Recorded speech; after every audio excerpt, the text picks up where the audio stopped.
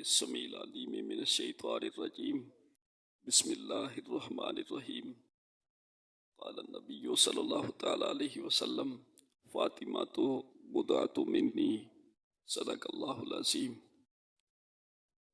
ان اللہ وملائکتہ یصلون علی النبی یا ایھا الذین آمنوا صلوا علیہ وسلموا تسلیما درود پاک اللہم صلی علی سیدنا و مولانا محمد وعلی آل سیدنا و مولانا محمد مبارک وسلم الصلاۃ والسلام علیک یا سیدی یا رسول اللہ وعلی آلک و اصحابک یا سید المرسلین الصلاۃ والسلام علیک یا سیدی یا رسول اللہ وعلی آلک و اصحابک یا خاتم النبیین صاحب چادر تطہیر ہے زہرا صاحب چادر تطہیر ہے زہرا صاحب چادر تطہیر ہے زہرا ابھی تک مجھے آپ کے ذوق کی سمجھ نہیں آئی اور یا آپ کو میری سمجھ نہیں آ رہی. صاحب چادر تطہیر ہے زہرا ہے قاسم جنت سب سے امیر ہے زہرا. زوجہ علی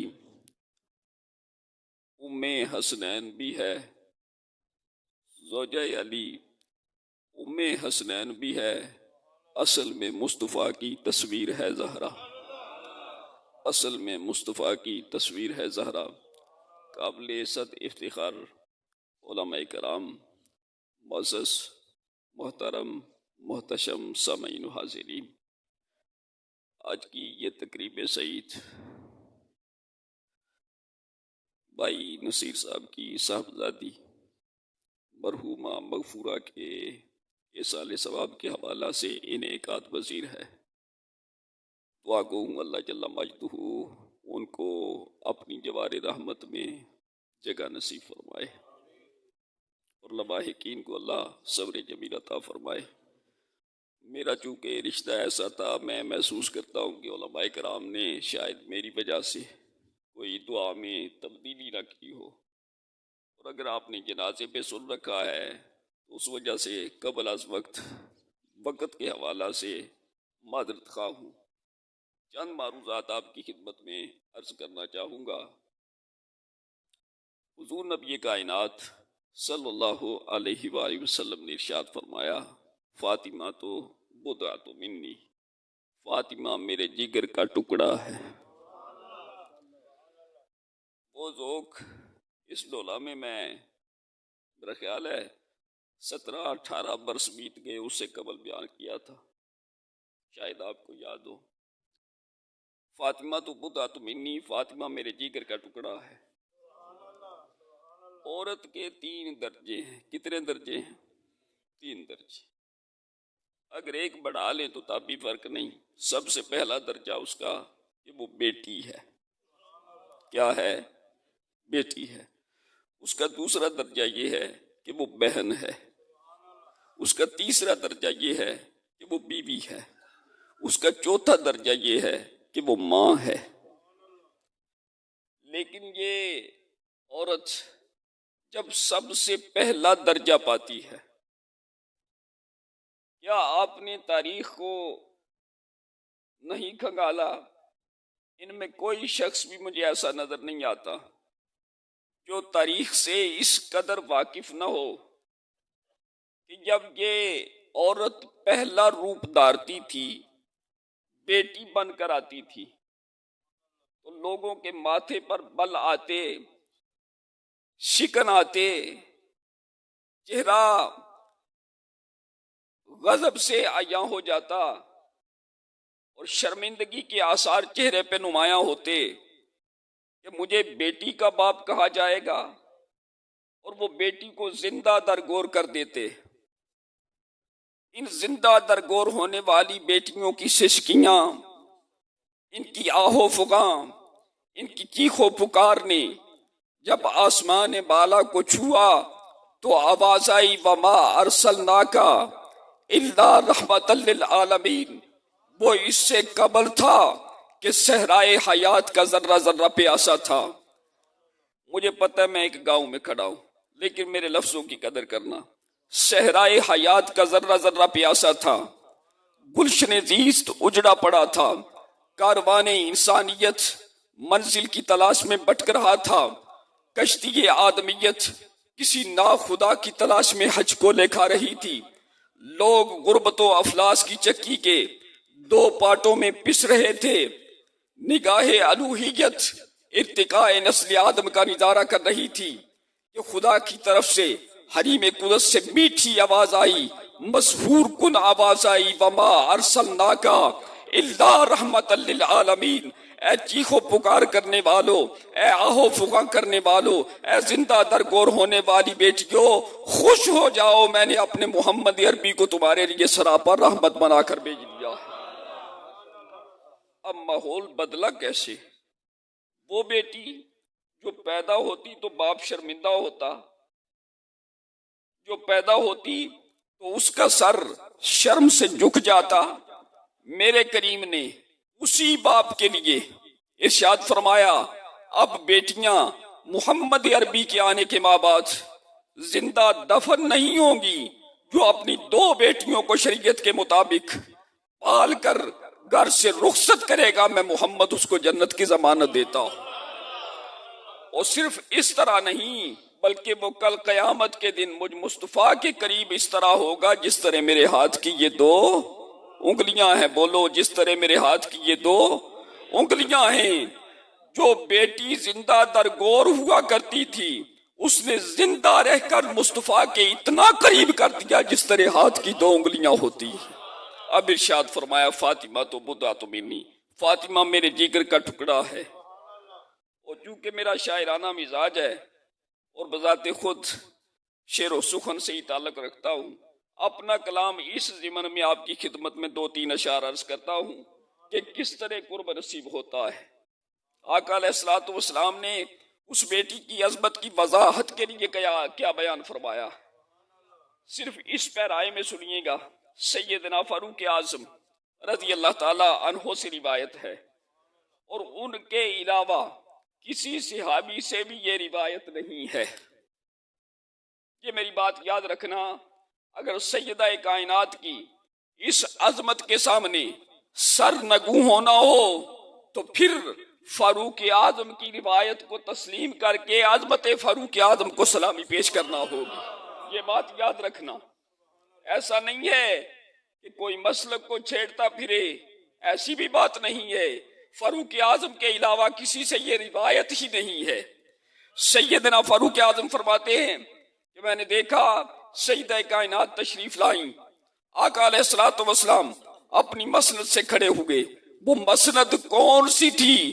وہ جناب عیسیٰ و موسیٰ کی مسند نہیں تھی، بلکہ یہ اس محمد عربی کی مسند ہے جس کا کلمہ عیسیٰ و موسیٰ بھی پڑھتے ہیں.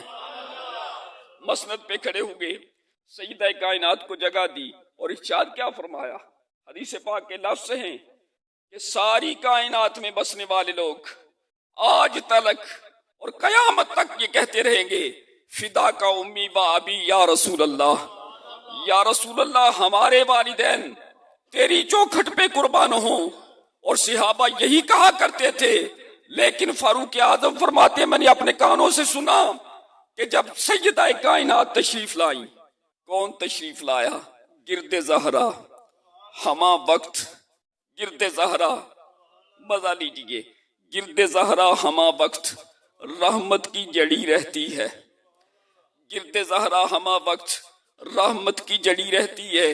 وہ جس کے آنے پہ خود رسالت بھی کھڑی رہتی ہے، وہ جس کے آنے پہ خود رسالت بھی کھڑی رہتی ہے. دولت دنیا کیا اور میں اسے کیا سمجھوں، دولت دنیا کیا اور میں اسے کیا سمجھوں، یہ تو میرے قدموں میں پڑی رہتی ہے. لا زوال دولت غم ابن بطول ہے سمیم، جتنی بانٹتا ہوں اتنی بڑی رہتی ہے، جتنی بانٹتا ہوں اتنی بڑی رہتی ہے. آقا علیہ الصلوۃ والسلام نے کیا ارشاد فرمایا؟ فاروق اعظم ارشاد فرماتے ہیں میں نے حضور کی زبان اقدس و اطہر سے یہ سنا، ساری کائنات کہتی فدا کا امی و ابی یا رسول اللہ. جب فاطمہ تشریف لائیں تو میرے کریم آقا نے ارشاد فرمایا، فدا کے امی و ابی یا فاطمہ، اے فاطمہ ساری کائنات کی والدین مجھ مصطفیٰ پہ فدا ہوتے ہیں، میرے والدین تجھ پہ فدا ہوتے ہیں، تجھ پہ فدا ہوتے ہیں۔ میں اپنی آخری بات آپ کی حسین سماعتوں کی نظر کر کے اجازت چاہوں گا، اور جو وقت اگر زیادہ لیا تو اس کی قبل از وقت معذرت کرتا ہوں۔ سیدہ کائنات سے ایک سوال پوچھا گیا، جب بھی مجلس میں آئیں، جب بھی محفل میں آئیں، تشریف لائیں تو یہ ضرور سوچا کریں کہ ہم آدھا گھنٹہ بیٹھے حضور سید ضیاء الامت حضرت جسٹس پیر محمد کرم شاہ الازہری رحمۃ اللہ تعالیٰ علیہ فرمایا کرتے تھے کہ اگر تمہیں وقت ملے تو لوگوں کا وقت ضائع نہ کیا کرو، لوگوں کا وقت ضائع۔ دیکھیں نا، یہ ایک بندہ تو نہیں بیٹھا، کتنے بندے بیٹھے؟ میرے 15 منٹ اس کو ضرب دو ان بندوں پر، اور پھر سوچو کتنے منٹ ہیں اور کتنے بندوں کا وقت ضائع ہوگا۔ اگر میں نے وقت ضائع کیا، اگر میری وجہ سے ہوا، اس لیے وقت ضائع نہیں، سنو اور اس کو اپنے پرڑے میں باندھ کر لے جاؤ۔ حضور کی مجلس ہے، صحابہ کرام تشریف فرما ہے، اور میرے کریم آقا سوال کر رہے، اور وہ سوال کیا ہے؟ آپ نے بڑا بصیرت افروز، ایمان افروز، نصیحت آموز خطاب فرمایا، لیکن ایک قیمتی بات میں آپ کی جولی میں ڈالنا چاہتا ہوں۔ ان کی جولی میں پھول ہیں اور آپ کے لیے بڑا قیمتی تحفہ ہے۔ آقا علیہ الصلوۃ والسلام سوال کر رہے تھے، کیا صحابہ بتاؤ عورت کی سب سے بڑی خوبی کیا ہے؟ عورت کی سب سے بڑی، بولیے، عورت کی سب سے بڑی خوبی کیا ہے؟ یہ پوچھ رہے تھے۔ بڑا مختصر سا سوال ہے، سوال کرنے میں صحابہ کرام خاموش ہیں۔ حضور نے پھر ارشاد فرمایا، اے صحابہ بتاؤ نا عورت میں سب سے بڑی خوبی کیا ہے؟ صحابہ پھر خاموش۔ مولا علی کہیں پیچھے بیٹھے ہوئے تھے، کون ہے؟ باب مدینۃ العلم، پرتوے جمال دست قدرت، یعصوب الدین، امام المسلمین، قاتل کفار جناب حیدر کرار، ابو الحسنین، شوہر بطول، داماد رسول۔ وہیں سے اٹھے اور اپنے گھر کے دروازے پر دستک دی۔ میں ایک ایک لفظ پہ صرف اس لیے سبحان اللہ کا منتظر ہوں کہ ہم صرف آئے ہیں، پڑھا کچھ نہیں، پڑھا کچھ نہیں، اس لیے ہم پڑھتے چلے جائیں۔ انہوں نے جا کے دروازے پہ دستک دی۔ کس دروازے سے؟ جس دروازے کو کھولنے والی کون ہو؟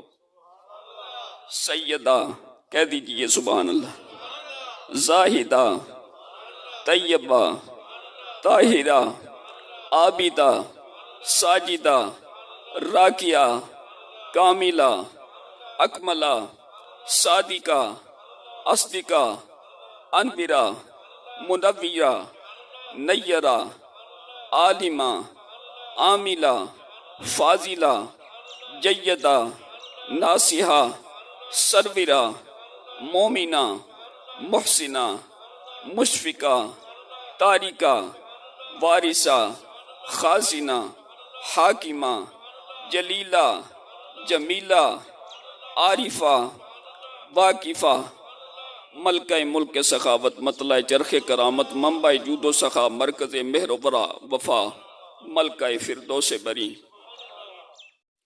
دروازہ کھولا، مولا کائنات نے فرمایا جلدی سے سوال کا جواب دیں کہ میرے آقا پوچھ رہے ہیں بار بار، اور ابھی تک کسی صحابی نے جواب نہیں دیا، عورت کی سب سے بڑی خوبی کیا ہے؟ یہ سوال سن کر سیدہ کائنات کے چہرے پہ مسکراہٹ رقص کرنے لگی، اور ارشاد فرمایا، یا علی اتنا آسان سوال، اتنا آسان سوال؟ ویسے نا ایک شعر پڑھنے لگا ہوں، کوئی اتفاق کرے تو جولی میں ڈال لے، اگر نہ اتفاق کرے نا تو مجھے واپس دے دے، مجھے پرواہ بھی کسی کی نہیں ہے۔ تنہا نبی کے علم کی، تنہا نبی کے علم کی وارث بطول تھی،